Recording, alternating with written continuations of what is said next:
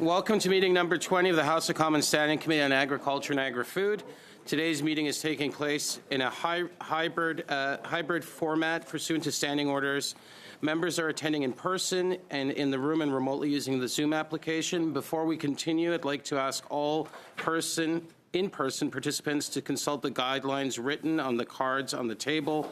These measures are in place to help prevent audio feedback incidents and to protect the health and safety of all participants, including our interpreters. You'll also notice a QR code on the card which links to a short awareness video. I'd like to make a few comments for the benefit of the witnesses and members. Please wait until I recognize you by name or ask a question directly by a member before speaking. For those participating by video conference, click on the microphone icon to activate your mic, and please mute yourself when you are not speaking. For those on Zoom, at the bottom of your screen, you can select the appropriate channel for interpretation, either Floor, English, or French. For those in the room, you can use the earpiece and select the desired channel. A reminder that all comments should be through the chair. For members in the room, if you wish to speak, please raise your hand. For members on Zoom, please use the raise hand function. Pursuant to Standing Order 1082 and the motion adopted by the committee on Thursday, September 18, 2025, the committee is commencing its study of reference to the prices of pork and beef supply chains. I'd like to welcome our witnesses joining us here today. Today we have the Canadian Pork Council. We have Renee Roy, who's the chair, and Stephen Heckbert, President and Chief Executive Officer. And we also have Les Éleveurs de Porc du Québec, Louis-Philippe Roy, who's the chair, and Tristan Delaurier, Public Relations Manager and Secretary General. Each group will have up to 5 minutes to proceed to speak, and then we'll go to questions. Before we start, I'd like to turn it over to Mr. Perron.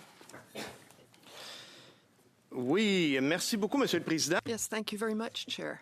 Thank you very much, the committee members. I appreciate the fact that you've allowed me to speak now, because today we're having a transition. My esteemed colleague and sincere friend, Sébastien Lemierre, will be taking care of another file. It's a file that I've been working with great passion. I'm very committed to what I do, and it's because these people, I love them deeply. Devoted people who get up early in the morning and go to bed late at night, and who are feeding the population. And I feel that in the political world, we aren't that conscious of it. People here around the table know it, and some politicians know it, and it takes disciples to carry this message. I think I've been up to this challenge, and I'm sad to be leaving, because it's a function that I love. These are people that I love. And also, I have a great love for you people on the team. I've often given our committee as an example in Parliament. In Parliament, we're too often aware of partisan interests, negative comments, and criticism that are more present than defending common interests. And I have to say that I've never felt this here in the committee. I found that my colleagues thought about the people who are at the end of the table, our witnesses, who ensure our collective security. That's huge. We're talking about defense. We're increasing our defense budget. But I understand now why today we're able to increase our defense budget, but we're putting less than 1% of our budget for people who are ensuring our survival. That's something. I didn't think I was going to speak at such great length, but I'm quite emotional today. You'll understand that. And I wanted to greet my friend Sébastien. I'll always be there. I won't be a father-in-law to him. I've said the same thing to my colleagues at the table, and also to our witnesses. I prepared them for this. So I wanted to say thank you very much, and thank you to the farming world, to the agri-food sector. These people are really critical, these people who process our food so that we can eat it. And we have to support those people and provide favorable conditions for them to be able to feed us and the whole world. So continue your good work. I'll be following this very closely. And if you need someone to defend you, I'd be there at any point. Thank you so much.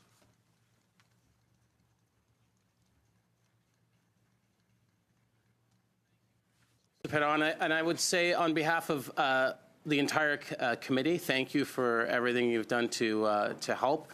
And I'm sure no matter where you are, which committee, you'll be a strong advocate for agriculture. So thank you so much, and welcome, Mr. Lemire. Yep. Now I have to put on my timer. J'ai levé les yeux, puis j'ai vu la vitrine dans le fond. I raised my eyes and I saw that window in the back of the room. I'm often talking with them now. I was feeling emotional about the sector. But I have to say that agriculture is a technical field. It's complex. And thank you. Thank you. Thank you so much. Okay, so we will start. I'll turn it over for 5 minutes to the Canadian Pork Council. Merci, Monsieur le Président. Thank you, Chair. Begin by wishing you all a happy new year. And before Mr. Yves Perron is leaving, I would like, it was supposed to be a little bit later in my speech, but I would just like to, j'aimerais souligner I'd like to highlight the great collaboration, the availability, and the openness of mind of Mr. Perron and all the work we did at this committee. I want to recognize that, and I'm very grateful for this. Thank you, Mr. Perron. Begin by wishing you all a happy new year and welcome back to Ottawa. Je me présente, René Roy. I'll introduce myself. I'm René Noir, a pork producer on a family farm in Quebec in the Beauce region and president of the Canadian Pork Council. Thank you for giving me the opportunity of coming here to appear before you. The lack of industry at this point is preventing our industry to achieve its full potential in the long term. A mandatory price reporting system, modeled after the USDA mandatory price reporting in the United States. My testimony today will focus on two strategic pillars: managing price decoupling from the U.S. market and ensuring our capacity to assess competitiveness. The first critical issue is the correlation between our price and the U.S. benchmark. Too often, the price paid to Canadian producers decouples, is not aligned from the reference market without any clear way for producers to identify the structural cause. This will be incredibly important should Canada or the United States suffer a catastrophic foreign animal disease challenge, such as ASF. Setting up price transparency in advance will protect Canadian producers by setting up a Canadian price system before it is absolutely required. The second pillar is our collective ability to understand our own value chain. We are often told that Canada is globally competitive, but without verified data, we are essentially navigating by guesswork. Canadian pork is world-renowned for its quality, traceability, and high animal welfare standards. A transparency system would reveal how this added value actually translates into dollars at the primary transaction level. A transparent market is a market that inspires confidence. By providing clear data on margin, we make the sector more attractive for the next generation of farmers and for the capital investment needed to modernize our infrastructure. Mr. Chair, price transparency is not punitive to processors or retailers. It is an economic health tool for the entire value chain. By adopting a system similar to the USDA, but by including the retailers in the analysis, we aren't just copying our neighbors. We are arming our producers with the same tool to defend their margins. We are giving ourselves the means to prove, with hard data, the strength of the Canadian pork model. Je vous remercie. Thank you for your attention, and we'll be available to answer all your questions. Thank you. I'll turn it over now to les éleveurs de porc du Québec. Bon matin à tous. Je me présente Louis-Philippe Roy, président des éleveurs de porc. Introduce Louis-Philippe Roy, who's the president of the Éleveurs de Porc du Québec. I have a business in Saint-Michel-de-Bellechasse where I'm producing 600 hogs a year with my spouse. So I'm a young person who purchased a pork farm from a producer a few years ago. So the Éleveurs de Porc has 2,445 pork producers in the province. The Quebec pork industry supplies work for about 38,000 people directly or indirectly and generates economic benefits adding up to $3.7 billion. This study by the committee gives us a lot of hope, the hope of having better business relationships between producers and processors, and relationships that are rooted in the realities of the field. Greater transparencies about price in the processing sector will give better business relationships. It will also allow us to correct some price distortions that happen too often between the producers and the processors. The future of the pork industry needs the supply chain to be solid. This guarantees for Canadian consumers a lasting access to high-quality product. The first issue concerns the price of live porks in Canada, which is based on an American reference. Our markets are very integrated, and most of the time that's relevant. But in the current geopolitical context, we have to diversify our references. Otherwise, we would not reflect the Canadian reality. For a long time, sometimes. For example, between 2015 and 2019, the price of pork in the U.S. fell markedly because of the surplus production. The Quebec producers suffered from this, even if our production was lower than what the slaughterhouses of the province needed. More recently, between May 2021 and August 2022, the situation was reversed. Several Canadian slaughterhouses had to reduce their capacities because of temporary closures or logistical problems. This limited the number of orders they had and drove down the average price of exported pork meat. At that point, the American reference, on which the price of pork is based in Quebec, was increasing, and so it solidified the live pork price. So even though the U.S. price was going up, our slaughterhouses had to sell their meat at much lower prices. These examples show one thing. All the elements of our in the chain of our industry are vulnerable when American references are no longer representative of the Canadian situation. Some potential events are perhaps posing very real risks. It might be the imposition of tariffs on Canadian exports or disease appearing in our flocks. This brings us to really question the true level of transparency in the Canadian sector of processing, as well as the equity of the price paid to the producers. A second issue is a problem, the difference between the available information during negotiations between producers and processors. Regardless of the province or where the marketing is done, one thing is true. A price formula always has to be negotiated for live pork. Bargaining is carried out in an unfair context when one party has access to a lot more information than the other. In terms of processors, there's no obligation of transparency. The information about prices is sent only when processors choose to share it or not. For farms, it's the opposite. In Quebec, for example, producers are examined every 5 years. Every line of the budget, every expenditure is analyzed to establish the cost of breeding porks and producing porks. And this report is made public. We also have to publish daily on our website the number of hogs that are sold and the price obtained.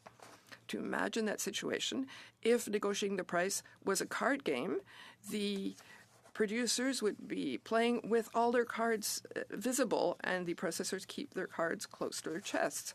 That gives a market that's dominated by certain processors, and we can understand who has the greatest advantage. In conclusion, the study that we're beginning today, or that the committee is beginning today, is promising for the Canadian producer, the Quebec pork producers. It's an essential step towards the creation of a reference that's better adapted to the Canadian reality. It's clear that the American reference will continue to play an important role given the integration of our markets. But we can no longer exclude the idea of a Quebec-Canadian reference in the equation. Establishing this Canadian reference will bring considerable advantages very quickly. Sorry about that. No problem. Thank you, Monsieur Ra. So we'll turn it over to questions now. We'll start with the Conservatives for 6 minutes. Mr. Gourde. Merci, Monsieur le Président. Merci à nos deux témoins, Messieurs Roy et tous les deux. Thank you to our witnesses. Thank you to both Misters Roy. So politics plays a very important role in the basis of the price. And we have to send our hogs everywhere in the world. But the last visit of the government in China, where the tariffs were reduced for canola, for beef, for other products, unfortunately was not reduced for pork. Do you have anything to say about that? Well, I have to say it's a Canadian file, but my colleague will be able to add more. So we're hoping that that tariff will disappear as soon as possible. It has an impact on our competitiveness. This decreases our capacity of investment as an industry because that money is not collected for our industry. It's not there. So unfortunately, this is a situation that means that we have to take measures. We've created an industrial office in China to increase our collaboration with the Chinese government in order to be able to collaborate in the best way possible with the Canadian government in the current geopolitical context. And if I can add something to that, it's clear that that money is not returned to processors. There's a problem with investment. So our industry does not perform as well. And there's a cause and effect system, which means that Quebec and Canada is focused on added value. So we will be experiencing a very negative impact. So there's work to be done in terms of tariffs at the global level in order to have a fairness for the producers. The Chinese market is a very targeted market. There are parts of the animal that are not consumed anywhere else. So China is very important. There are pieces that aren't consumed here in North America. So we really need China. The inaudible microphone's not on. So there's this issue of overabundance of meat, and often the prices are so low that it doesn't make sense, but there's a certain capacity. But those who receive that meat will sell it again with a profit. They're able to find markets to resell it. And then when the market goes up again, there's a lag until all the stock has been sold. So then the producers can't benefit from it and lose a lot from it. I think it's a good initiative, but can you say what you're going to do faced with the processors if they're ready to be transparent? We approached the processors. We went to see them. We said it would be good to have a voluntary system. We've been making that request for several years. Given the circumstances, it's important that we have mechanisms that are ready if there is a huge different or if things go bad. That's why we need to have tools that would allow us to do this more quickly. And I'm saying it's important for everyone. It's not just for producers. It's for all players in the industry. So the producers are negotiating with the buyers. It would be good to have this transparency so we'll be equal. So it will help us. Agricultural production is carried out by Canadian families. So that issue is very important.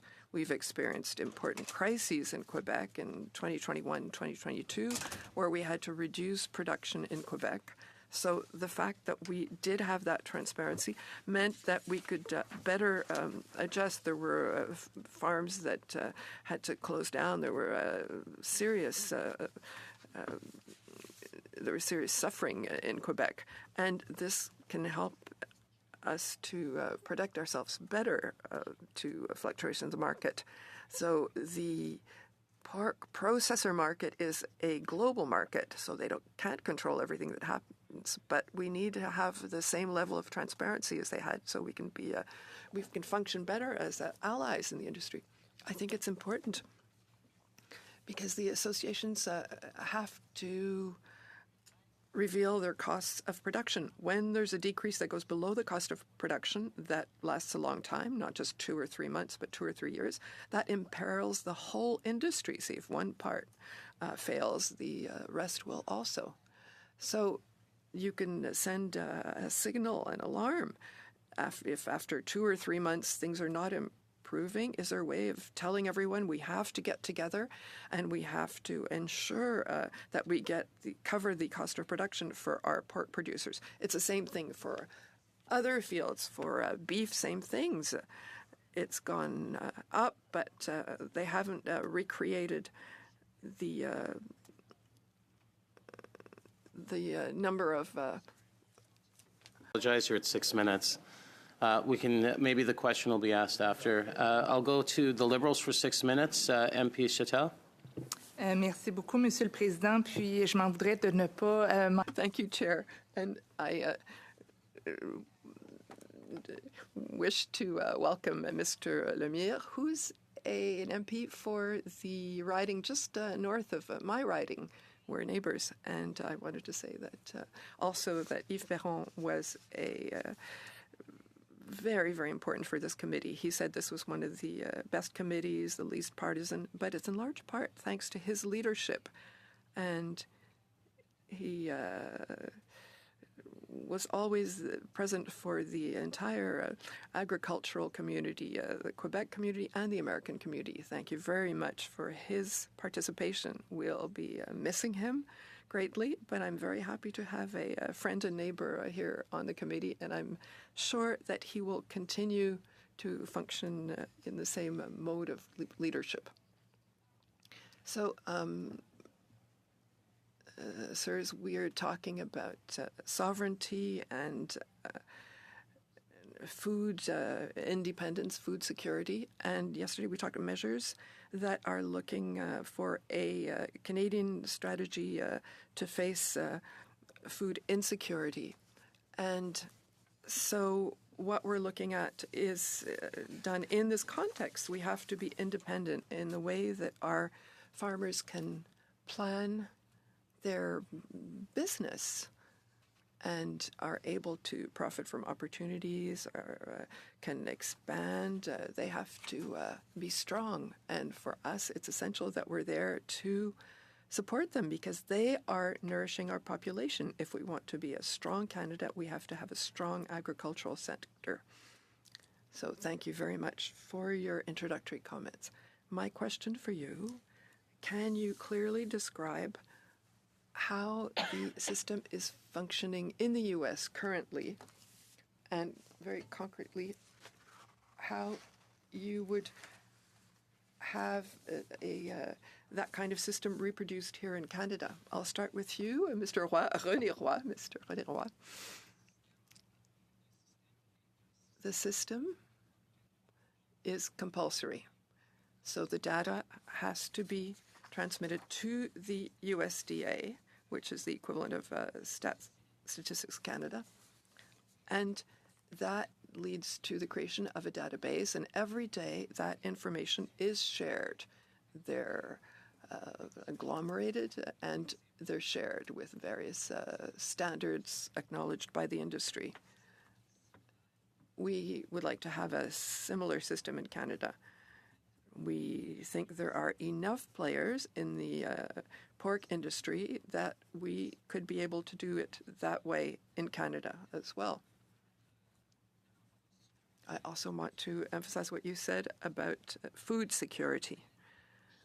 We're very touched to have heard our Prime Minister last week mention that a country that's unable to feed itself has very few possibilities. And we agree with that. We consider that food security is an issue of national security. Mr. Egbert, yes, I also wanted to emphasize the fact that that system already exists. We want to have sovereignty on our Canadian price. And the fact that that exists in the U.S. and we're entirely dependent on that system means that a crisis like African swine fever would be worse if it happened in the U.S. than if it happened in Canada, because the price would fall, because the Americans would have their problems, whereas for us, we would not be faced by the same problem, but our price would be connected to their price. That doesn't really recognize our situation. The fact that that system already exists is important for us. So at the Éleveurs de Porc du Québec, we are looking at what's happening in the U.S. daily in comparison to the reports that are disclosed. That's how we used it. So that transparency allows us to negotiate with the buyers and also to say what's happening in the U.S. And we want to act in the same way because we know the markets are similar. So we have to go get that information. We have to ensure that we can have access to that transparency. That's how we can pay our workers and employees at the farms. And that data should be accessible to us. It's very important for us to have a similar situation in Canada, which would help us to follow more closely the evolution of the meat market. I think that there's a question that everyone who's listening to you would ask. We have Canadian exports and we have a Canadian market. So in the sense that we have a price that's based on Canadian statistics, shared in a transparent way in Quebec and a compulsory way, we have that same process for our exports.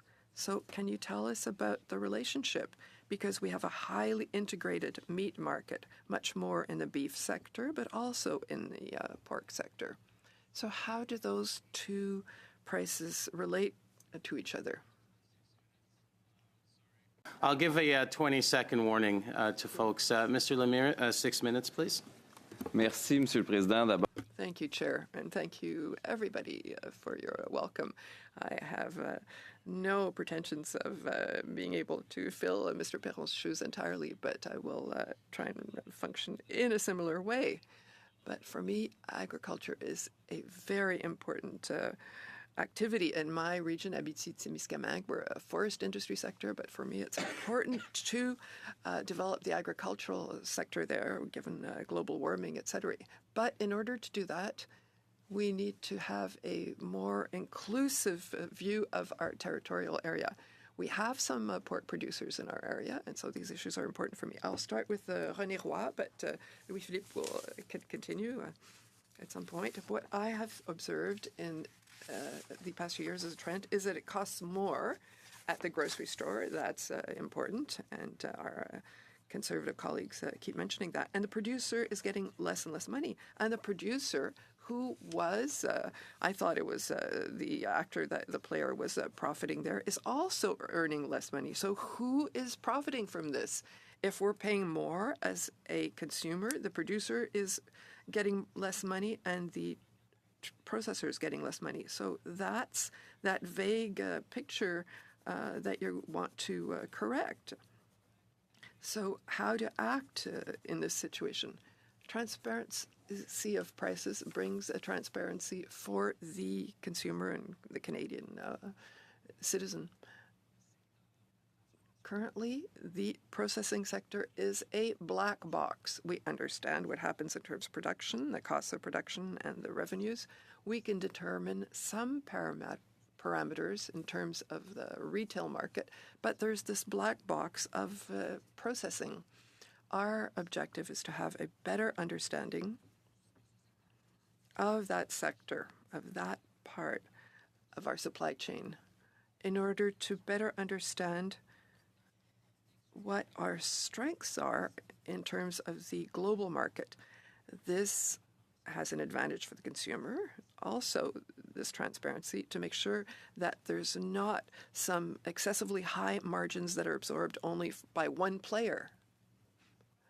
Sometimes we have the opportunity to observe that the consumer price is not linked in terms of the price that the producer had when that meat was sold. So that's not good for the consumer or the producer.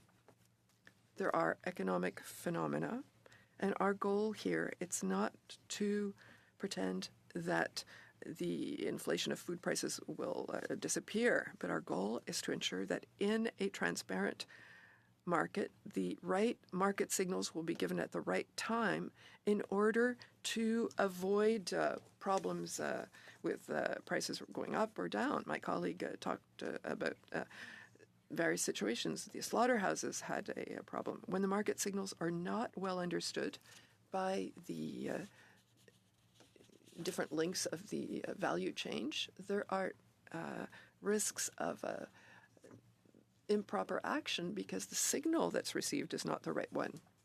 What we're discussing this morning is obvious in terms of transparency and being able to understand what the real economy is based on. But we also feel or sense that there are people who are digging in their heels who don't want to do that. Why would some processors or distributors not want to do that? In a context of an asymmetric market, it's that there are many players that are providing and are selling, and fewer actors who are buying. An asymmetry can allow some people to have certain advantages. So we're hoping that if we have greater transparency, the entire value chain will profit from it. So that way we can have a sector that's more competitive on the long term. We have the certitude of having competitive advantages and being able to use them. I want to draw a parallel with the forestry industry. We have a crisis that's been going on for 40 years there, and various benchmarks are used, and they're negative for the Quebec forestry industry because they're based on the American industry. What are the consequences when one depends on an American strategy rather than having our own tools? We're saying that if the U.S. coughs, we all get the flu. But if they're coughing in the pork industry, we don't want that because then you have swine fever or and all kinds of problems. What happens if there are issues there? I'll give you a concrete example. In Trump's first mandate, there was a trade war with China. There was a decrease of the price to the American producers.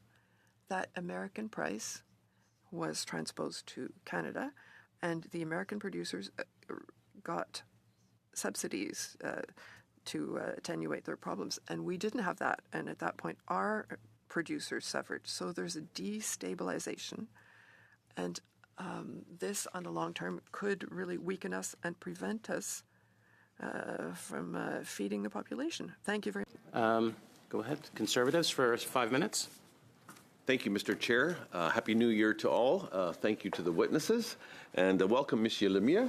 You're sitting on this side of the table, so as Mr. Perron found, staying with this side of the table always works well. So we'll go with that.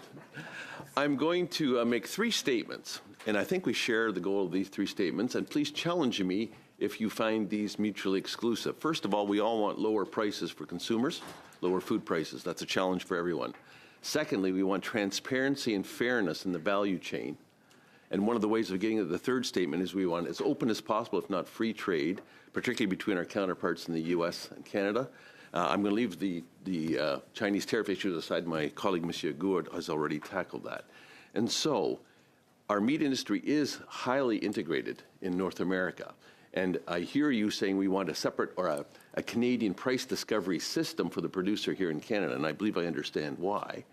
And yet our markets are so integrated. So can you comment on, I'll start with Mr. Waugh, both on the relative returns to producers and at the grocery shelves? And I hate asking a question I don't know the answer to, but has anyone done retail price comparisons between Canada and the U.S., what the U.S. consumers are paying for pork and beef? And we'll keep it to pork for now.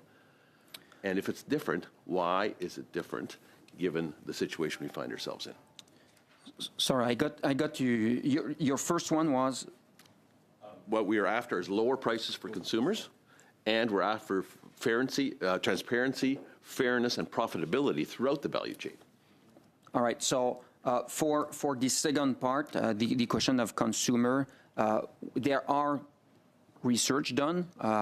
We are more interested at the production level, but yes, there are research done.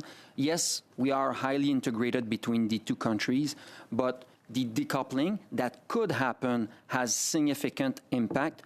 I would also mention that in a situation, there is the geopolitical, but also the question of animal disease. It could be significant in terms of signal and could disrupt the supply chain. Thank you. So to get at the transparency side of it, am I hearing you say that if we had more transparency in the value of the processed product, of the cutout product, that would both help the competition, maintain privacy between the competitors, and help consumers? Yes. How? By transparency, price signal will send the right message to the value chain, and for the consumer will increase the trust into the value chain, therefore will help into the adoption or the acceptation of a product that is produced here and that is of high quality. Excellent. So also, I think we all agree that competition at all levels of the value chain also works at price competitiveness as well for the consumers, and also in time for efficiencies and profit. Dealing with interprovincial trade and barriers around that. Obviously, there's the issue around slaughter capacity. I think we all agree that we're looking for more slaughter capacity to maintain, more of a Canadian food sovereignty aspect. But as well, can you talk about removing the barriers between interprovincial trade, which also would, increase markets domestically, and the concerns around that when it comes to our export markets, be it China, be it Korea, and in other areas? Stephen. Okay. So thank you for that, sir. The challenge for us with interprovincial trade has really been solved with respect to federal processing plants. So 94% of the production in Canada goes to federal processing plants. They're able to trade between provinces as it is. So in terms of interprovincial trade barriers in meat processing, we don't have the kind of barriers you would have in other markets, largely because almost all of our production is designed in pork towards an export market. So we have grown up sending more of our production into these federally inspected plants. And from our perspective, that really has eliminated some of the interprovincial barriers, even really before the recent move for those. Where we do still have some concerns is with respect to the wide discrepancy in standards between various provincial plants in various jurisdictions. So some provincial plants, for example, are mobile plants. Some of them are multi-species. So from a disease vector perspective, we really want to make sure that we get the kinds of quality standards that CFIA has implemented in the federally inspected system. So that's really what we've been committed to. Thank you. Just a quick follow-up on that. What I hear you saying is that if there was consistency in provincial standards, even though they perhaps didn't meet the federal, and as long as that meat stayed within Canada, that would not be a concern from the pork sector. On pourrait l'accepter, puis on est d'accord avec. We could accept it, and we agree with that, but we don't want to destabilize our producers in the field. Each province has different marketing systems.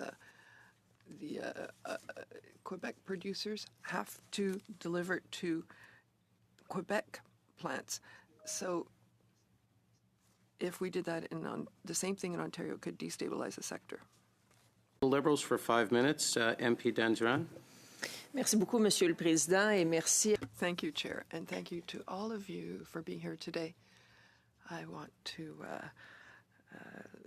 echo my colleagues to acknowledge the wonderful work done by Mr. Perron. He is an example to be followed.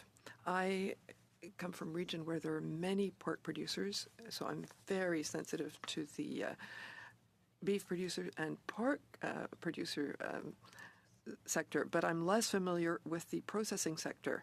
The only thing I know is that there's a lack of the number of processors to respond to the realities of production. And I understand the issues you have with the reference price that's based on the American market.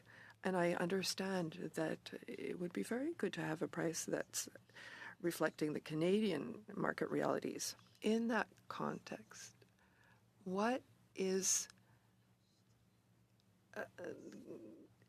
the obstacle to establishing a Canadian reference price? Well, it would be our processors having the confidence to give us that information. We understand that the fact that we can't receive that information means that the producers who have tried to obtain that information have discovered it's almost impossible. And we have to go to the U.S. to see what's happening in the field in order to get information. We have to talk about the American producers and processors because we can't even have that transparency between the discussions between the buyers and the producers. And I'm going to add that in the U.S., when the industries were set up, the processors were very resistant to revealing that information. Since then, that system has become an essential service.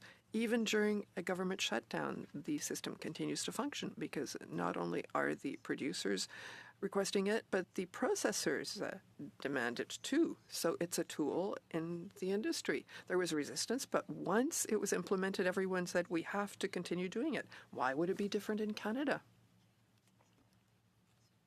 So what is the information that you're looking for precisely?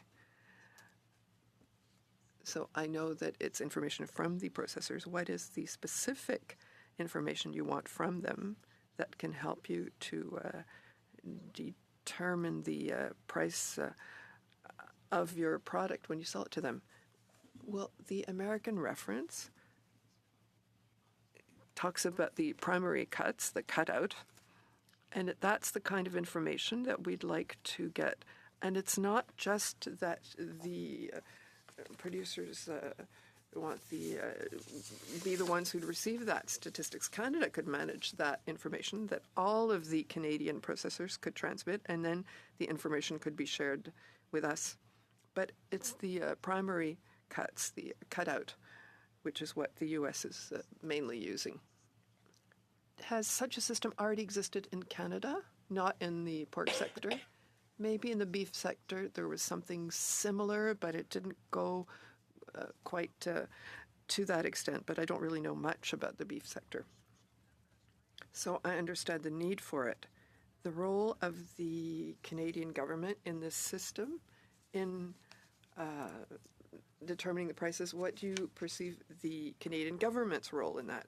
In the U.S., the government's role was mainly a standardization. effort. In a technical way, there was a process set up to have some arbitrators who could set up such a system. So this doesn't really require much investment. It's a question of political will to establish it. And after that, it can be done without a huge investment.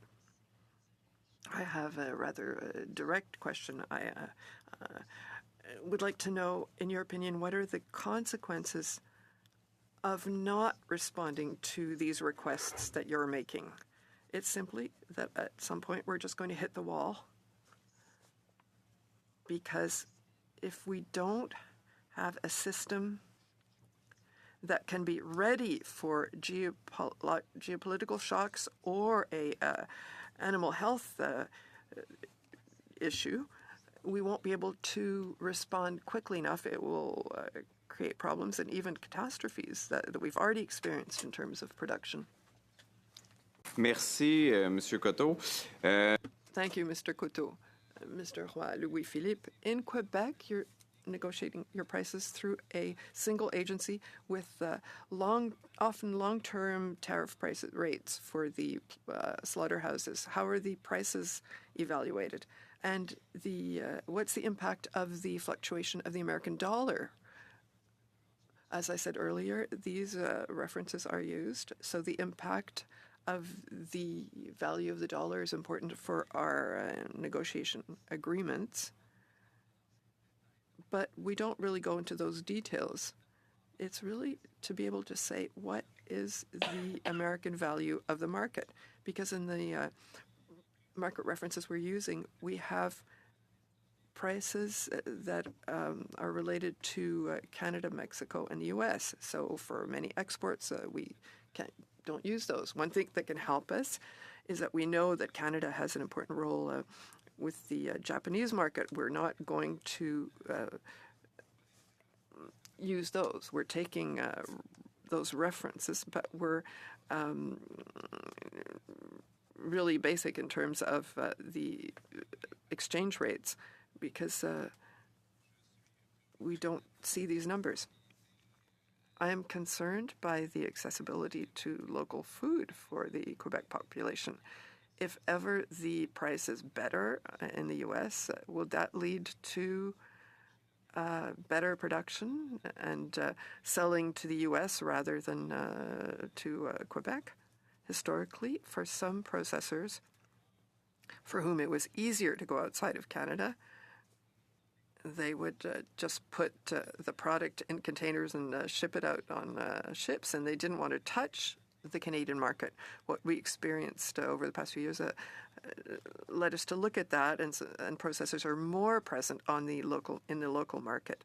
But everything is related to these personal choices being made by the processors, and we can't really have any influence in terms of what we sell them. So, a quick question. Is there a strategy of having small slaughterhouses that are close to producers? Would that be useful for the Éleveurs de Porc du Québec? Yes, it would be a winning decision. For those who want to have smaller farms, it would be good to have slaughterhouses that are still high-performing, but near them. Mr. Rapp? Thank you. I'd like to explore a little bit more exactly the mechanics. How would you see the price transparency mechanism working in Canada versus something that's, I mean, right now you're basically working off the Chicago Mercantile Board of Trade and then, you know, a potential negotiated basis. And I assume things like the grain trade, you know, exchange works into there, transportation logistics works into there. So how would you see that working or replacing that in Canada? Si j'ai bien compris votre question, il y a oui le Chicago, mais en même temps. It's a good question. Yes, there's Chicago, but we don't base ourselves entirely on what's happening in Chicago. The prices that are paid by the producers in the U.S. through the USDA can be done by Statistics Canada. The processors could send their data every week, every month in terms of their sales. It could be as simple as that. And then the information could come back in terms of the producers of the boards in Quebec to make sure that there's no discrepancy between the price paid on the farm and the price paid for meat on various markets. Question to finish here. So, yes, so what you're saying is that you're looking more for a market. I mean, the Chicago board is obviously dealing in live product, correct? Or also is it dealing in the pork cutout? So the Chicago Board of Trade is dealing with the price of pigs, right? Whereas you're looking for more the price of the product after the slaughter plant. You're looking at that for that comparison. Is that possible to set up without jeopardizing the privacy of our, that we do have a limited, unfortunately, number of competitors here in Canada right now? Do you see an issue as far as setting that up so that, private business protection is maintained?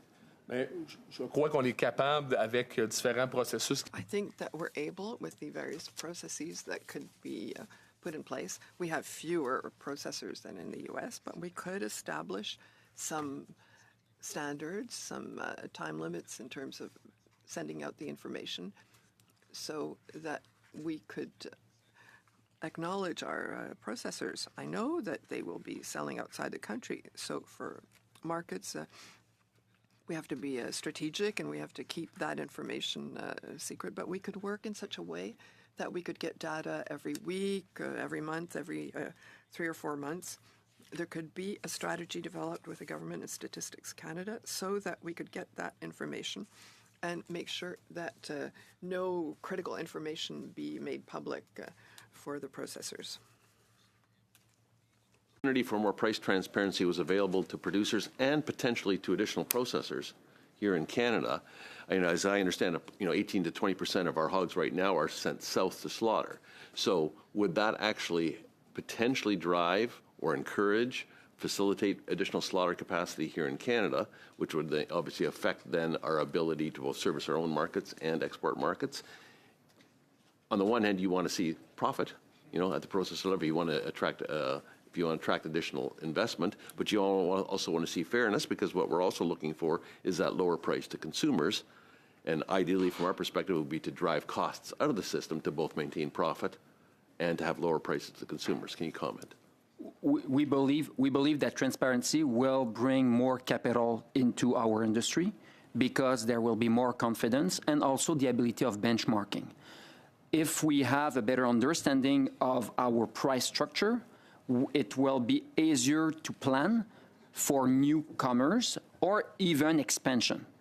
In both cases, transparency will help.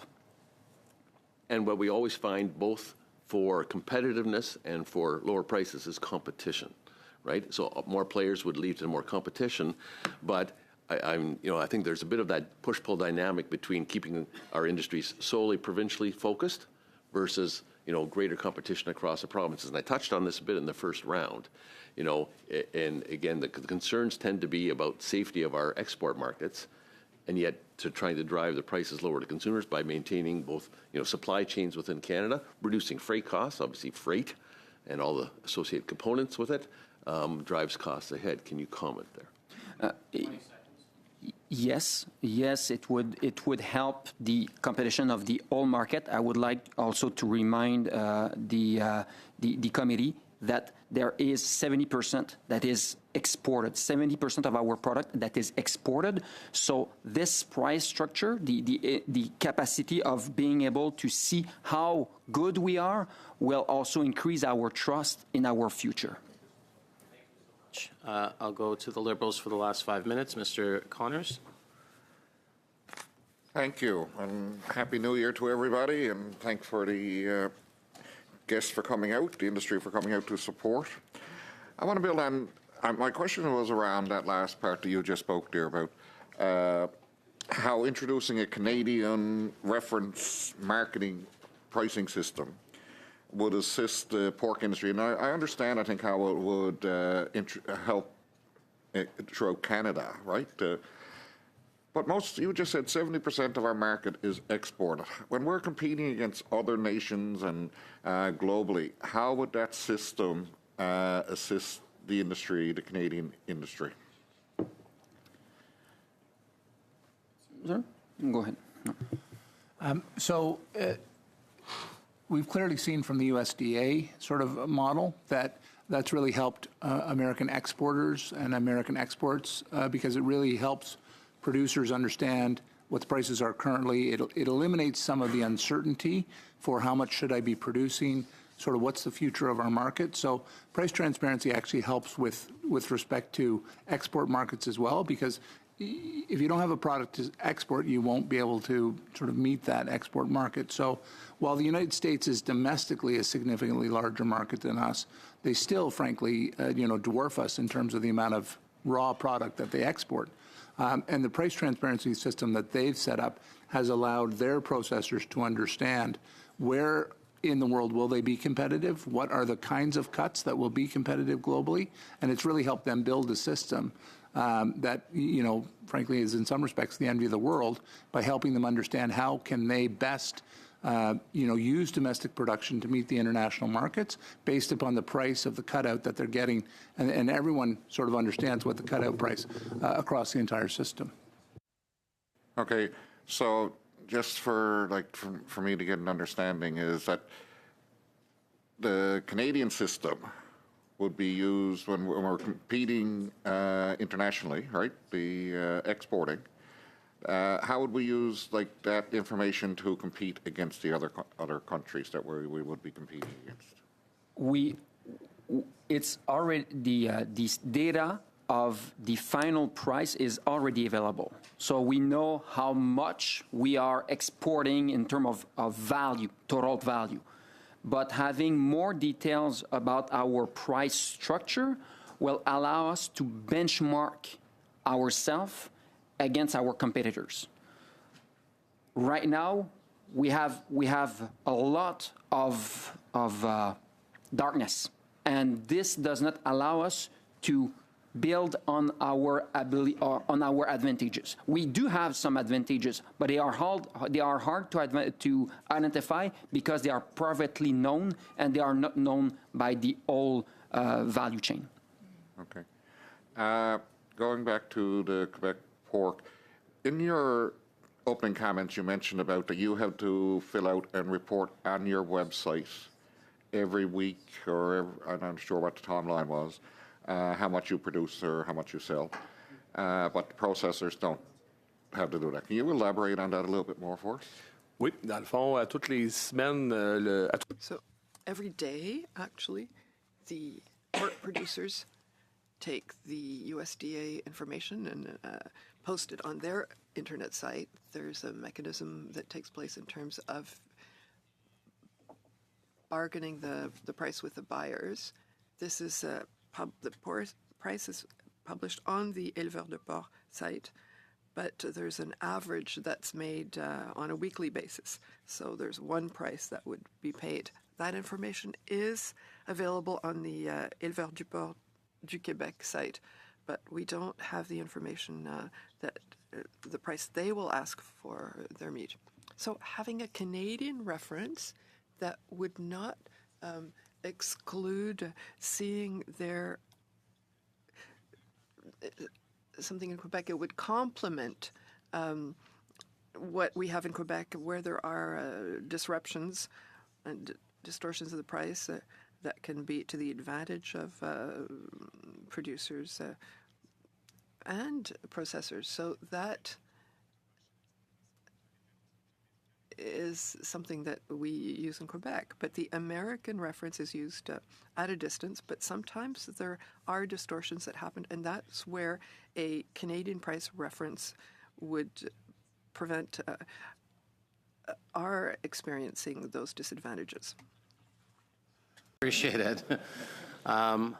We will suspend here for 5 minutes to change panels, but I want to thank our witnesses for being here today and for everything you do to support agriculture in Canada. Thank you.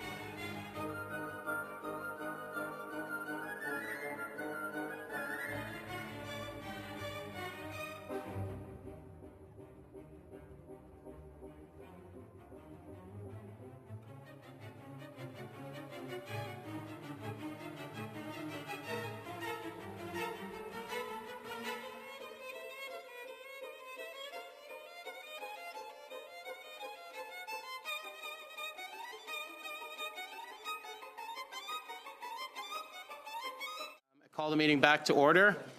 I'd like to make a few comments before we start. I'll be really brief. Please wait until I recognize you or you're asked a direct question by a member. For those on Zoom, at the bottom of your screen, you can select the appropriate channel for interpretation.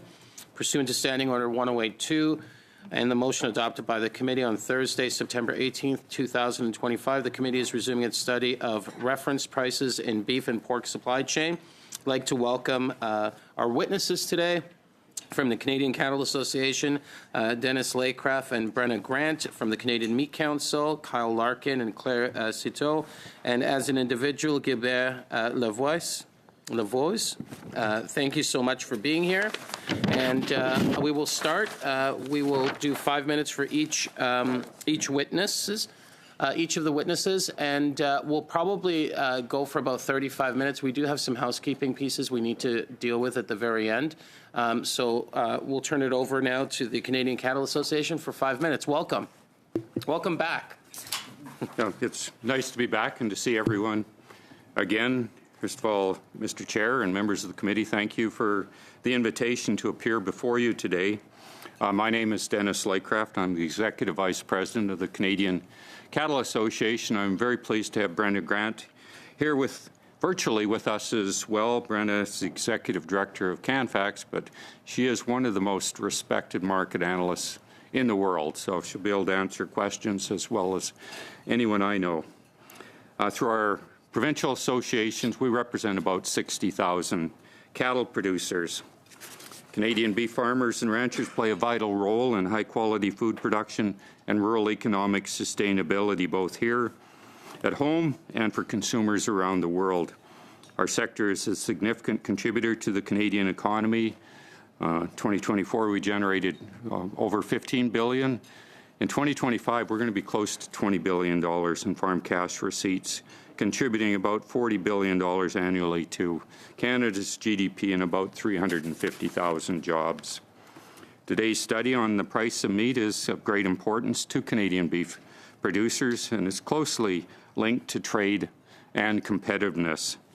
You will know that we export about 50% of the beef that we produce, and as a result of that, we capture about 40% more value in every animal that we produce. Back at home in Canada, government policies and regulations have impacts on our supply chain that influence the cost of production and can affect our ability to compete. One of the most pressing issues facing our sector is the impact of government regulations and policies on production costs. One specific example is related to the specified risk material, or our enhanced feed ban more specifically, and the removal. Current SRM requirements have become more onerous than needed following our negligible risk status that we gained in 2021. and Canadian processors are placed at a competitive disadvantage when compared to U.S. processors. The difference in cost is approximately $32 million a year. As a result, U.S. processors are more competitive, and investment in new processing capacity is more attractive south of the border. The beef and cattle industry have been working closely with the Canadian Food Inspection Agency and industry partners to address this challenge, and we are encouraged by the progress on this file. Resolving the SRM file will help lower costs, encourage new processing capacity in Canada, and keep more value-added activity here at home. Increasing domestic processing capacity improves competition, resilience, and returns across the supply chain. At the same time, the beef sector is facing a shortage of cattle across North America. The Canadian and American beef cattle sector is highly integrated, and our prices in Canada track closely with the United States. Low herd numbers, restrictions on the ability to import feeder cattle from Mexico into the United States, and weather-related conditions have exacerbated this. In addition, increased input costs through the system are up about 30% from 2020 to 24 and placed upward pressure on prices.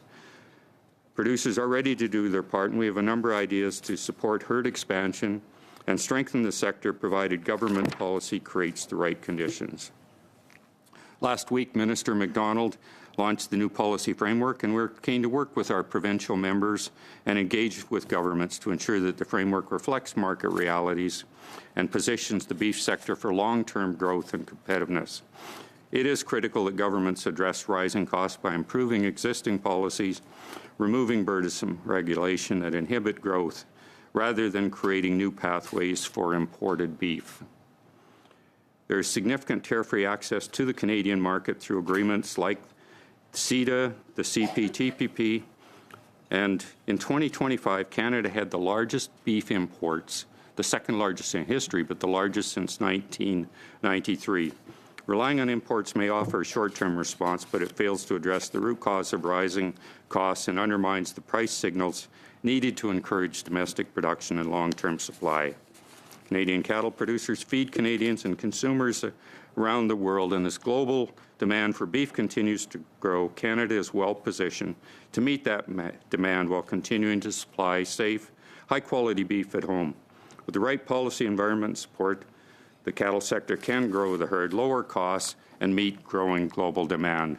The world needs more Canadian beef, and our processors are ready to deliver. Thank you, and look forward to your questions. Perfect timing. Next, we'll go to Canadian Meat Council. Thank you, Mr. Chair, and thank you to the members of the committee for inviting us. It's good to see many of you again. My name is Kyle Larkin, and I am the President and CEO of the Canadian Meat Council, and I'm joined today by my colleague Claire Cito, who's our Vice President. The Canadian Meat Council is the voice of Canada's federally licensed meat industry and the largest component of the food processing sector, with annual sales exceeding $32 billion a year and supporting nearly 300,000 jobs across the country. Our members process over 90% of Canada's meat, supplying Canadian families in more than 90 export markets with safe and high-quality protein. The Canadian red meat sector is diverse, encompassing large multinational operations and many small and medium-sized enterprises that form the backbone of rural Canada. Prior to my following remarks, I want to emphasize an important CMC policy. We do not comment on nor engage in discussions regarding retail or wholesale prices. This reflects our commitment to competition law and antitrust principles. Price discovery and competition dynamics are for the market to determine. Our focus is on structural and regulatory barriers that prevent processors from operating efficiently. To begin, please allow me to briefly outline how Canada's meat supply chain operates and why the current pressures threaten its current viability. Canadian livestock begins on farms and ranches across the country where producers breed and raise livestock. These animals then move to processors, companies of all sizes, where they are processed into various cuts and products. From the processor, these products flow to retailers, food service operators, and exporters who distribute them to Canadian consumers and global markets. It's a coordinated system that depends on consistent livestock supply. Today, this system faces unprecedented strain, reflected in high prices at retail due to a fundamental supply shortage. On the beef side, Canada's cattle inventory has declined significantly, driven by prolonged drought in key producing regions, producer herd reductions, and global supply pressures. When cattle supplies drop, processors cannot operate efficiently, fixed costs rise per unit processed, and margins compress, particularly for small and medium-sized enterprises that lack the scale to absorb losses. Beyond livestock supply shortages, that are leaving processors with insufficient cattle and hogs to operate at optimal capacity, processors are also facing a multitude of other issues. This includes punitive Chinese tariffs that closed our largest beef export market up until last week, and continues to cost pork processors $177 million annually. It also includes persistent labor shortages, increasing input costs, and changing international trade dynamics, all attributing to razor-thin margins. To address these challenges and to support the sector's contributions to Canada's food system, economic growth, and rural employment, we urge the government to prioritize the following. Number one, address losses due to 25% retaliatory tariffs on Canadian pork exports from China, estimated at $177 million since implemented, by compensating processors similar to what has been done with other sectors. Number two, prioritize trade diversification. This includes extending the agri-marketing funding envelope to continue supporting industry advocacy abroad, renewing the funding for the Indo-Pacific Agri-Food Office, and renewed funding to support industry adoption of assurance systems to meet foreign regulatory requirements. Number three, align the enhanced feed ban program with U.S. standards to eliminate unnecessary compliance costs. This change alone could save the processing sector $25 million annually, savings that would be reinvested in operations, wages, and market development. And lastly, address sector-wide labor shortages by extending labor market impact assessment validity to 2 years, continuing to support the provincial nominee program, and creating a sector-specific immigration stream to stabilize the workforce. In closing, I want to emphasize one final point. Canada's meat sector is proud of its world-class food safety record and of the role it plays in feeding Canadians and consumers around the world. However, regulatory inefficiencies and trade barriers continue to be obstacles to competitiveness and growth. By working together in addressing these challenges, the sector can continue to grow, contribute to Canada's economy, and employ tens of thousands of Canadians across the country. We look forward to continuing to work with the government to maintain world-class food safety standards, reduce unnecessary regulatory costs, strengthen trade relationships, and solidify Canada's position as a global agri-food leader. Thank you again for the opportunity, and we'd be happy to take any questions. Thank you very much. Next, for the final witness, Gilbert Levois, 5 minutes, sir. Oui, merci, Monsieur le Président. Thank you, Chair. I'm Gilbert Lavoie. I'm an economist. I have my own consultant business. I have 9 people on our team, and we're carrying out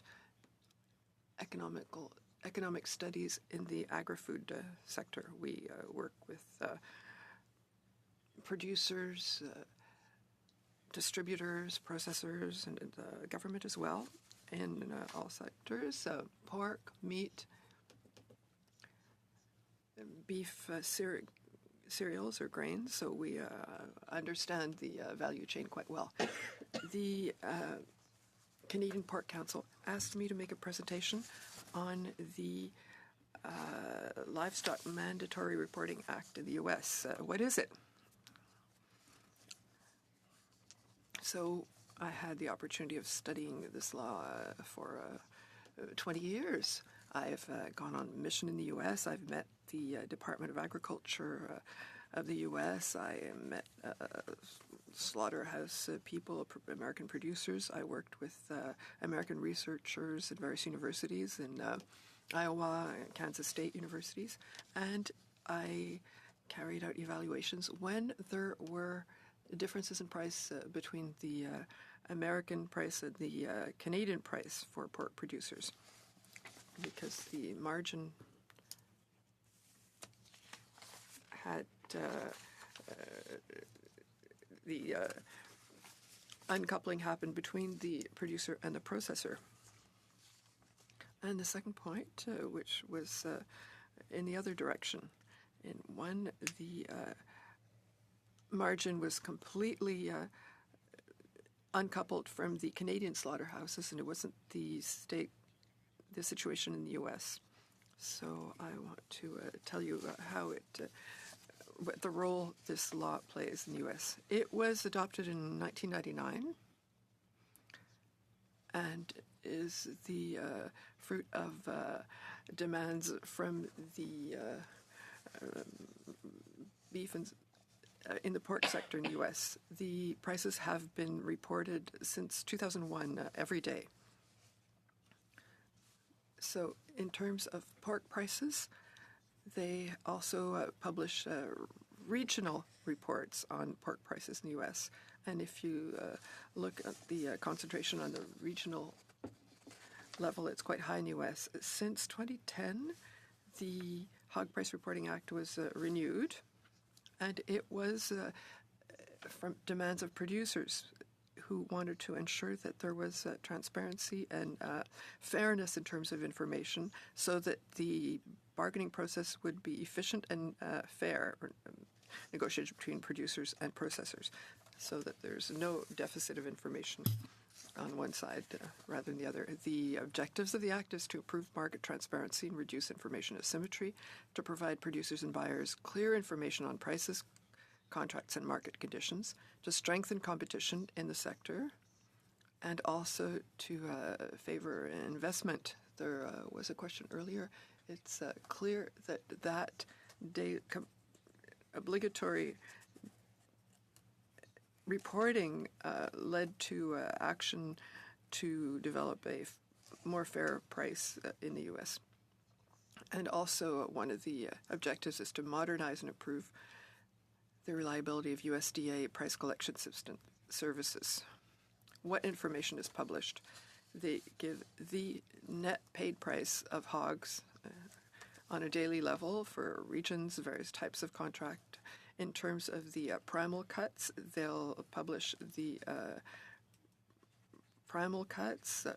There's the flank and other and ham price, and also reconstituted carcasses, according to the agreement concluded between the processors and producers and American government. And how is it used in the contract? So for most transactions, the contracts are based on a price formula. It's either the pork price or the reconstituted carcass. In Quebec, all pork is sold on a price formula that uses the American reconstituted price on in a percentage, so you can see why it's important for producers here. It's the American reference that's established in the pricing formulas. Why is that important for Canada? I think it was mentioned this morning. It would lead to better transparent for prices and to better reflect the capacity of the various links in the Canadian supply chain, with the capacity to export to other countries where the American reality does not reflect ours. So we can see that Americans are supportive of this law. Thank you so much. Okay, we're going to go to the Conservatives for 6 minutes. Mr. Bonk. Well, thank you very much for being here today, and Happy New Year to all of our guests. And I just maybe have a question for Mr. Laycroft. We know that in 2020, the Canadian Cattlemen's Association, they discontinued the boxed beef report. And we understood there was a real value for this report after the crisis in BSE when no one really knew what was happening, and we didn't even know inventory numbers, or it was very important for us to have this information. We're just wondering, do you think there's a value to this report? And if so, would you be interested in bringing it back? Yeah, it's a great question. I'm actually going to also ask Brenna Grant. She was very involved at the time. It was certainly our preference to maintain the boxed beef price report, but we'd exhausted a number of different efforts to try and get it operating properly. But Brenna, do you want to comment on that? Absolutely. We started the box beef report in 2003, as you indicated, after BSE. It was really critical at that time when we had a different market, because we had different market access than the U.S. in terms of understanding where to prioritize marketing initiatives to actually utilize all of our undervalued cuts. And so that's something that really directed Canada Beef's marketing efforts throughout that time period. We have tried a number of ways of how to bring it back. The greatest concern from the packers has been confidentiality, given the limited number of players in the market. And there are ways to address that. The mandatory price reporting in the U.S. has confidentiality rules in terms of suppressing prices when there are a limited number of players reporting over a certain amount of time. But in addition to that, while not the ideal solution would be to only publish the primal and the cutout value and not the subprimal price, which is considered sensitive for some packers, but it would at least give industry an idea of where to prioritize marketing efforts to get the greatest value for industry. If I could maybe just switch gears a little bit, it's to do with supply chains, which we are discussing today. And as you mentioned in your opening remarks, Mr. Laycroft, that there's been a 30% increase in input costs in the beef sector, and labor continues to be a huge issue in the cattle sector. And we recently just heard an announcement by the CFIA and CCIA that they are going to pause the publication of their new traceability requirements. This is something that's hugely unpopular with cattlemen out there, I'm sure, as you've heard. We're facing an aging population of farmers who are herds are dwindling or expanding because you have to specialize in these days. And one thing that people do not have is extra time and an appetite for more red tape. And we just finished a red tape review of CFIA here in this committee. And I just wanted to let you know how detrimental that this would be to the farmers I've spoken to. And as a cattle producer myself, it's one of the last things I want is more regulation and more red tape to have to deal with. Just wondering what you've heard from your members, and I know your provincial associations, like for example the Saskatchewan Cattlemen's Association and the stock growers, are dead set against these regulations. Just wondering what is the position of the Cattlemen's Association, Canadian Cattlemen's Association. Yeah, you're absolutely right. It is one of the most sensitive discussions that's taken place in some time. And just as a little history, the proposed regulations were based on what was called a cattle implementation plan all the way back to 2011, where, as we took a look at a number of foreign animal disease threats, and it's more how do you manage after if you have an event. How could you do it in what I call kind of traceability light requirements? So that developed a number of, in additions to our current system. Right now, if you're over 1,000 head, you're supposed to read in. You're required to read in the numbers. This would have removed that 1,000 head. So anyhow, we'd be capturing more read-in data, so if there was an event, we'd know where cattle are so that you could respond more quickly to it. It was also done in a way to have the least impact on particularly the cow-calf sector, where, as you described, that's where the greater aging and the lack of technology is probably greatest. So, following that, there's a lot of provincial meetings right now where they're getting feedback from it. We're going to host a summit again in March while we have our annual meeting here in Ottawa. Invite everybody back in to have that conversation, and from that conversation, discuss, what is the roadmap forward around this. Mm-hmm. 30 seconds. I know just as my experience raising cattle and having a few farms in Europe where they had the NR system, where we had to mandatory tag calves within the first 24 hours of birth. I had to have a vet sign off if I moved cattle that were born on my farm from one field to another field on my farm and read every tag.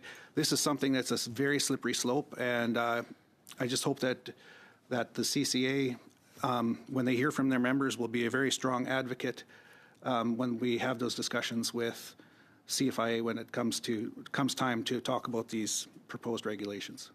Yeah, I think we can assure you that none of those requirements are in the current proposal that you're referring to. So, Thank you. I'll go to MP Harrison for 6 minutes.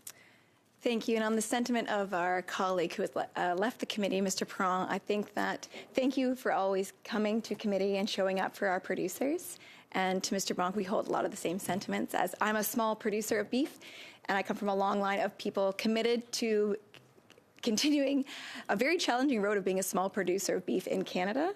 I watched my family struggle my whole life to their commitment to farming, and my husband and I decided to take on the same path. And it's a piece of you that exists, and I think it's really important to acknowledge the efforts that you all make to help support our producers. And as we see the need for more domestic food production, the value that you bring to the table of representing the Canadian cattle, pork, chicken farmers of Canada. So I just wanted to start off by saying thank you for being here.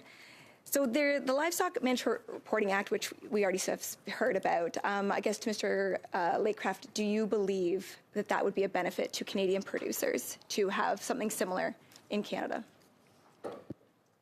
We're a pretty strong advocate of, and that's with Brenda on here, we have our CanFax, and we work closely with CattleFax in the United States.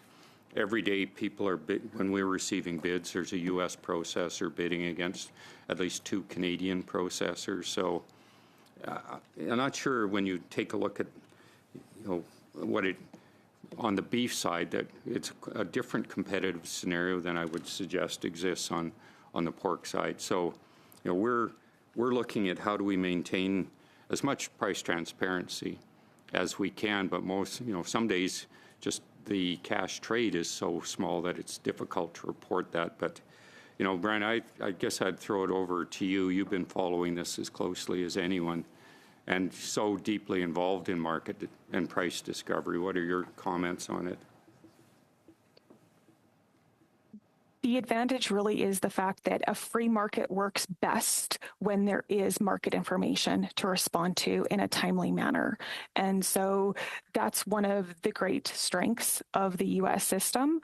We need to, though, recognize the Canadian reality in terms of the concentration that we have at the packing level in order to ensure competitiveness and competitive bids remain a part of the system. Without creating more red tape and regulation, when Mr. Bonk already brought this up, but the 30% input costs being raised, what could we do to help support the cattle farmers of Canada in offsetting some of these costs, just to remain competitive? We did, and we will be submitting comments on this bigger regulatory review that's taking place. It's usually a combination of many things that are out there. Obviously, we mentioned the specified risk material there. We're expecting Canada Gazette 1 in 2026, hopefully sooner in 2026, to address that.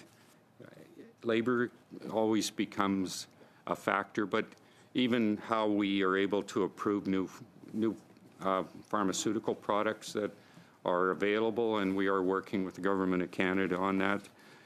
Canada's a smaller market than a number of the other big countries, so you're not going to be the first country you come to get these products approved. But if we're working with the U.S. and it's approved in the U.S., which is the largest market for it, and we can basically pull that approval over into Canada, the sooner you get it, then down the road, the sooner you get it, the sooner generics become available. So it isn't one thing; it sort of over time accumulates into the costs.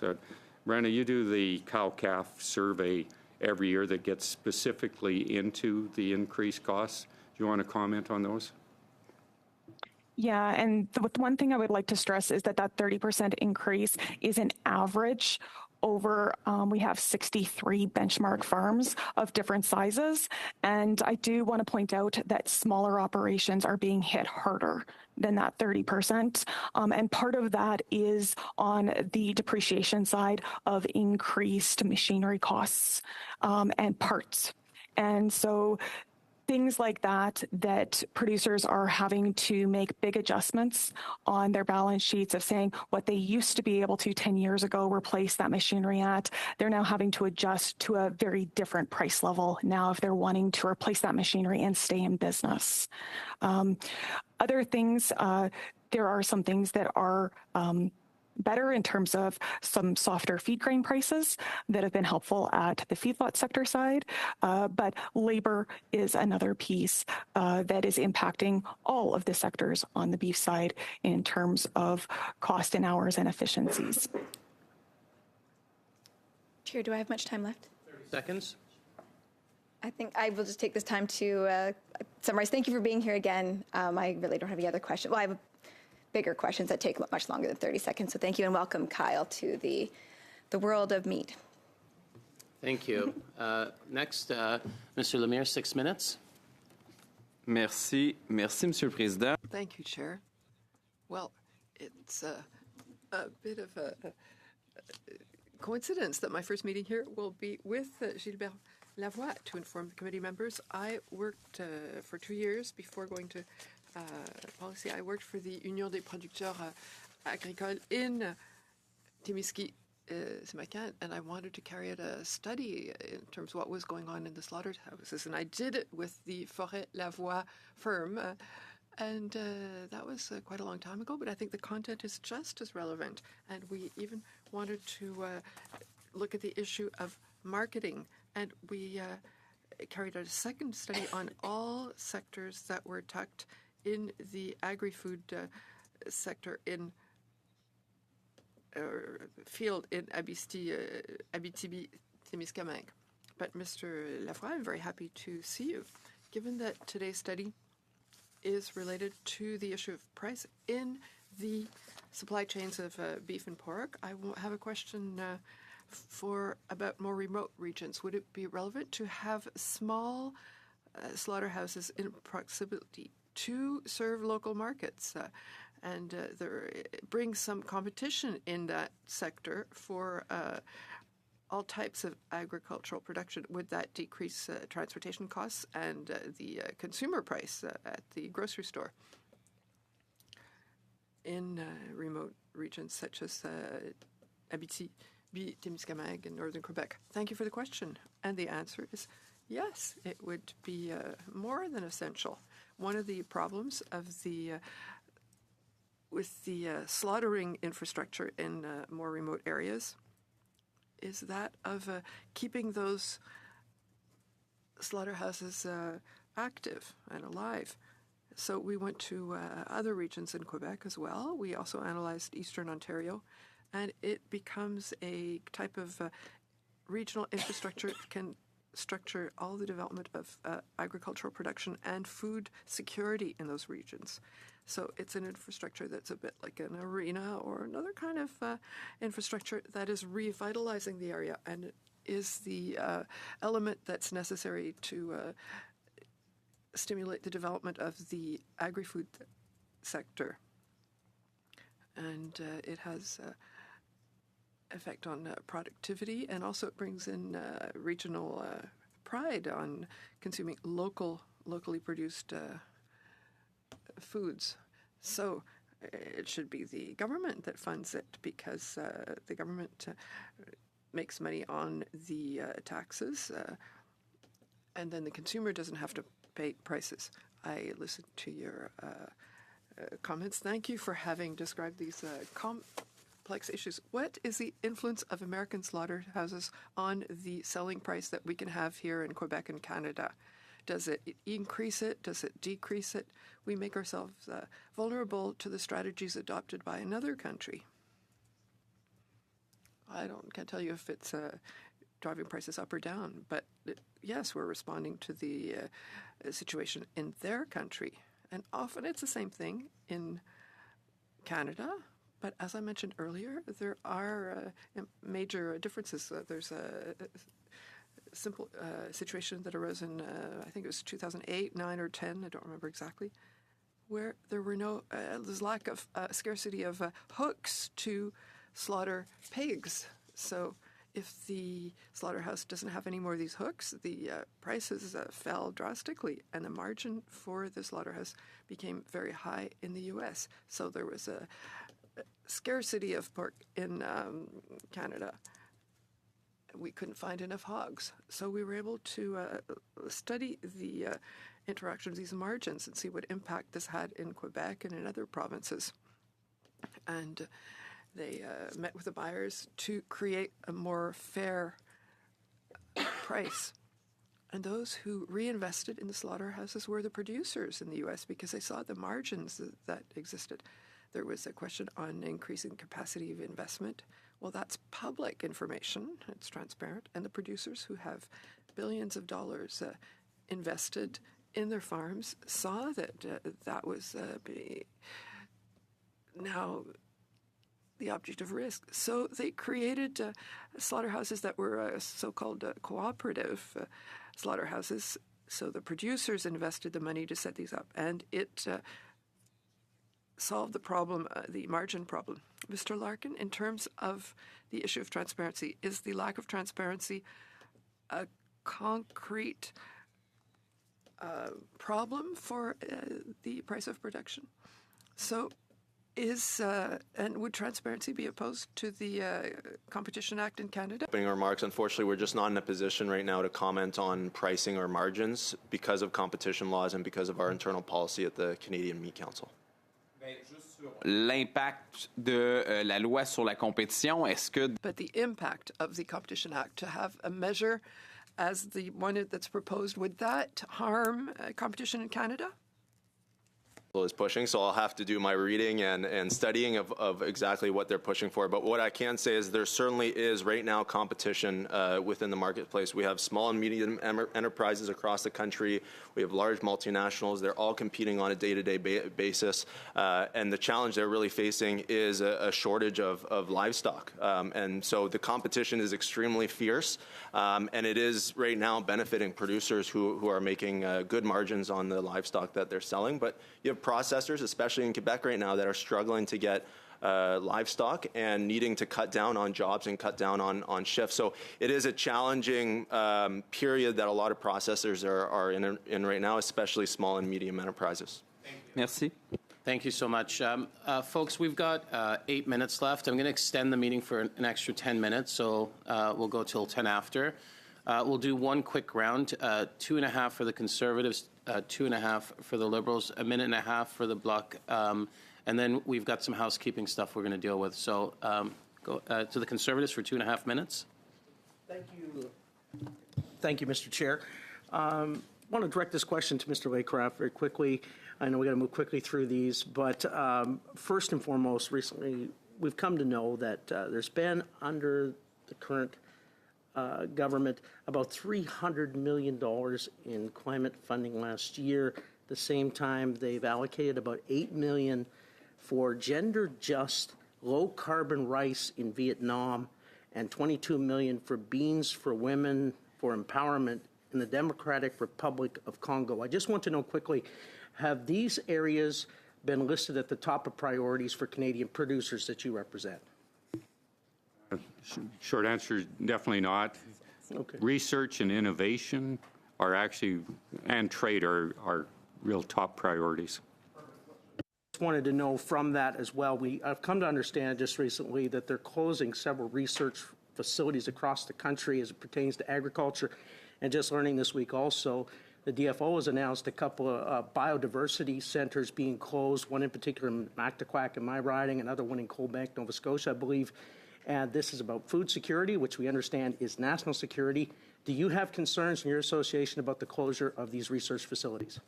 Yes, we certainly do, for a couple of reasons. All of the forage research, which is long-term research, are in a number of these facilities. And all of our food safety research that a lot of our government policies are based on, we're all carried out of Lacombe. And to lose that is a huge loss to our country.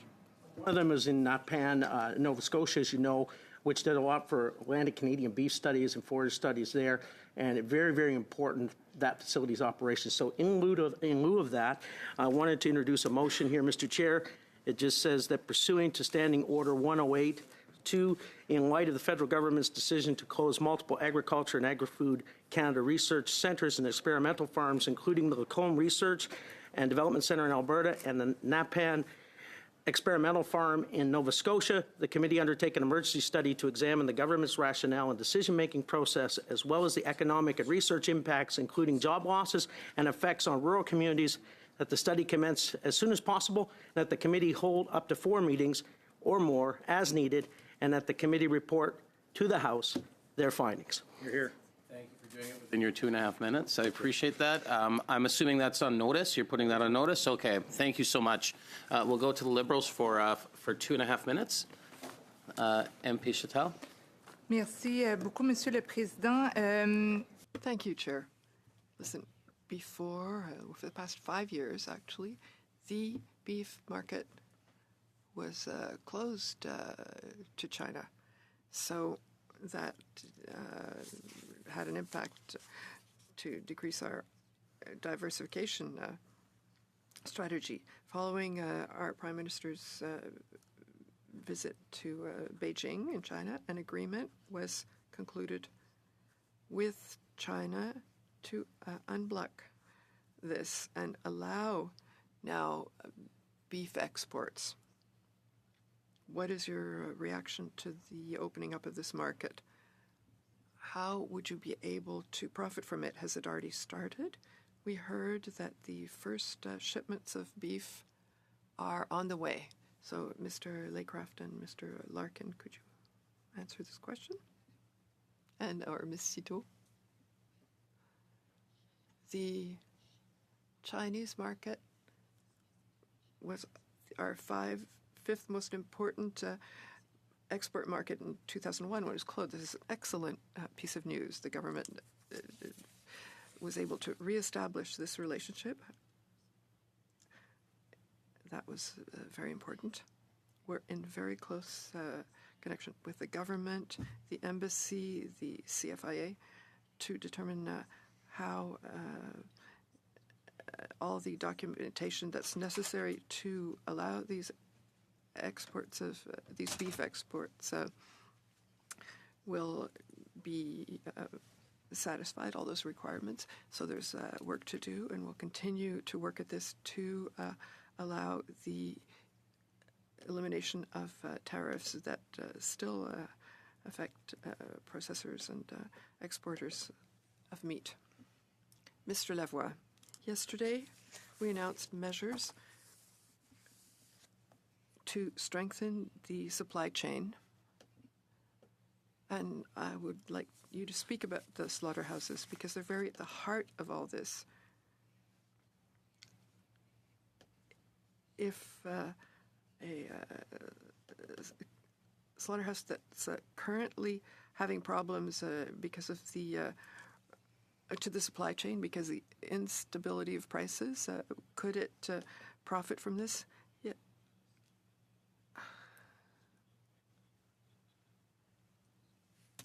Monsieur Lemire, I would like to ask you the same question, Mr. Lavoie. Please go on. I'll use my turn for that. Yes, it's true that the slaughterhouse sector has many problems. The Canadian Meat Council might know more than I do, but in terms of the competitiveness of our slaughterhouse sector related to the U.S. and to others around the world, mean that any efforts made to improve the facilities and the productivity in the slaughterhouses would be positive for the meat sector in Canada. How could we ensure that this competitiveness is there to help the consumer? You talked about different distortions. Why are some processors reticent to go ahead with more transparent legislation? There are two aspects. I think the CanFact said there's always that confidentiality issue, but I've met the U.S. Department of Agriculture who found a way to manage that. And the other aspect is that when there's an asymmetry of information, there are winners and losers, and so maybe there are fears about that. And I saw that in the literature when I analyzed the initial opposition of the slaughterhouses in the U.S. And now they support it completely. We see that, so the hesitation. I don't like cutting off our witnesses, our guests, but we have such a time constraint. Having said that, thank you so much to our witnesses for joining us here today, and thank you for everything you do to help our agriculture sector. If folks can stick around, we've got a few items to work with, so I'll turn it over to MP Chatel for... Oui, I'll do that in English. So the Standing Committee on Agriculture and Agri-Food has been invited to study the subject matter of Bill C-15, the Budget 2025 Implementation Act, as laid out in the Finance Committee motion adopted on December 10th, 2025. So regarding this, I move that pursuant to Standing Order 1082 that the committee accept the Finance Committee's invitation and to consider the subject matter of Bill C-15, specifically Clause 223, and forward any recommendation or suggestion amendments to the chair of the Standing Committee on Finance before Friday, February 27th. Sorry. Sorry about the that. important part is coming. That the Standing Committee on Finance, that our committee invite the Minister of Agriculture and Agri-Food for 1 hour on February 12 from 11 to 12, followed by 1 hour with Justine Hendricks, President and Chief Executive Officer of Farm Credit Canada, and sends any recommendation that the committee may have back to the Finance Committee. You guys are sure? Mr. Epp? Yes, we would absolutely support this. FCC is something that I think a number of us practically have dealt with most of our lives. It was a lender of last resort, and it became a preferred lender in the ag sector.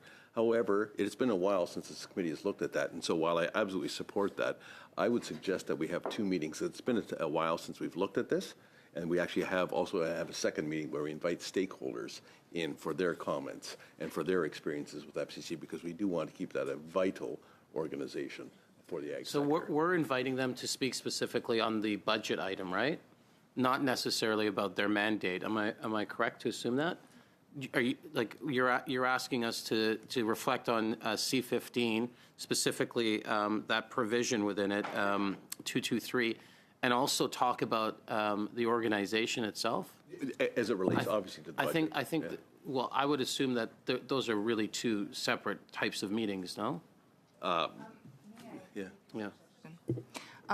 We haven't met yet in subcommittee, but I think it would be good to meet in order to look at all of our meeting, because as you know, we have a very important study on the new or the upcoming partnership between the federal, provincial, and the conversation has already been starting with stakeholders from the government perspective. But I really think this committee has to make some recommendation as the discussion is unfolding in 2026. And we have other very important study. That said, this is a big study that you can invite actually so many people, because it's to try to get a vision. Here's where are our strategic asset in agriculture, food security, autonomy. So I think if we wanted to start that study, I'm sure that we will be able to invite and have a discussion on basically every matter we want to have.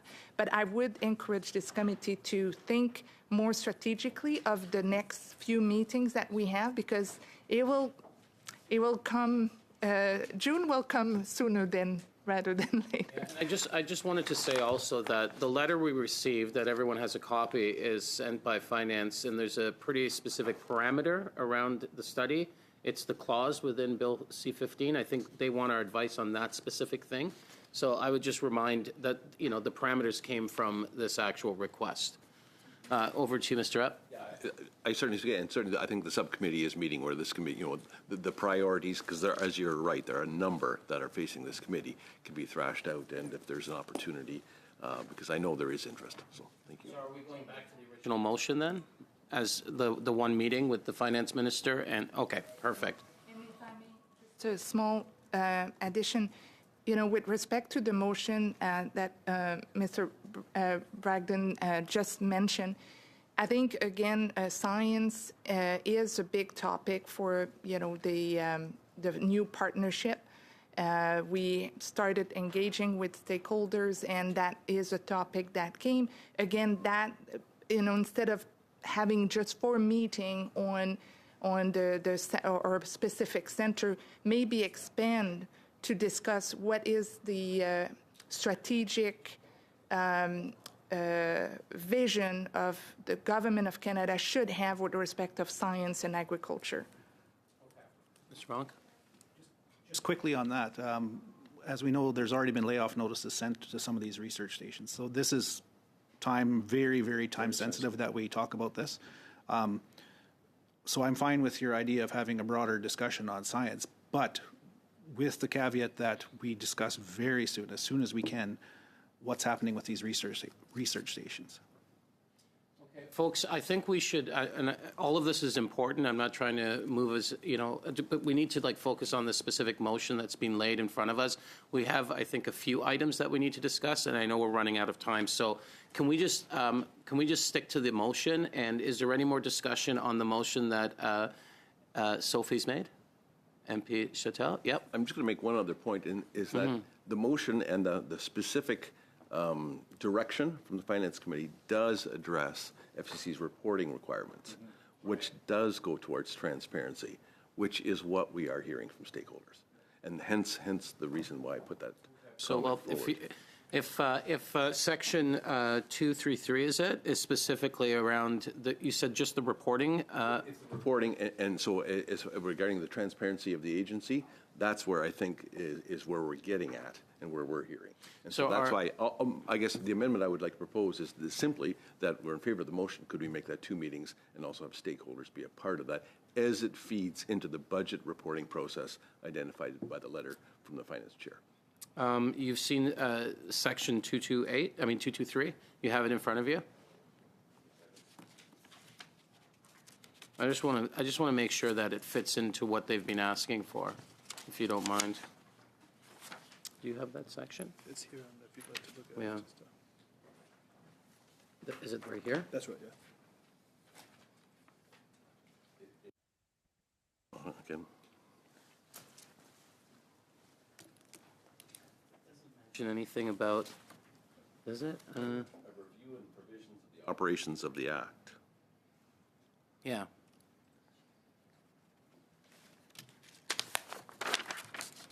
And how does that relate to specifically Farm Credit Canada and going over their mandate?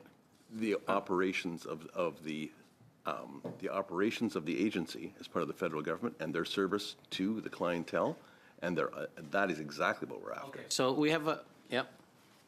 Je propose I propose that we deal with this motion. For one day, we meet the minister responsible for FCC. If there are other things we can do, that we look at our schedule until June, that we agree on the committee's priorities. If it's FCC, it will be FCC. We'll invite stakeholders. But we have a lot of work that's very important to do. And now I can see that there are meetings that we've already set up and anticipated and put on our schedule that might be shortened or might disappear. So with motion, let's go. One day, the minister for FCC rather, and then let's meet and look at our schedule and our priorities all together. Floor. Is there any more discussion on that amendment? Okay, I'm going to ask for a vote. All those in favor of MP Epps' amendment, sorry? Opposed? Okay, that fails. We'll go back to the main motion. Any discussion? All those in favor of the main motion, please raise your hand.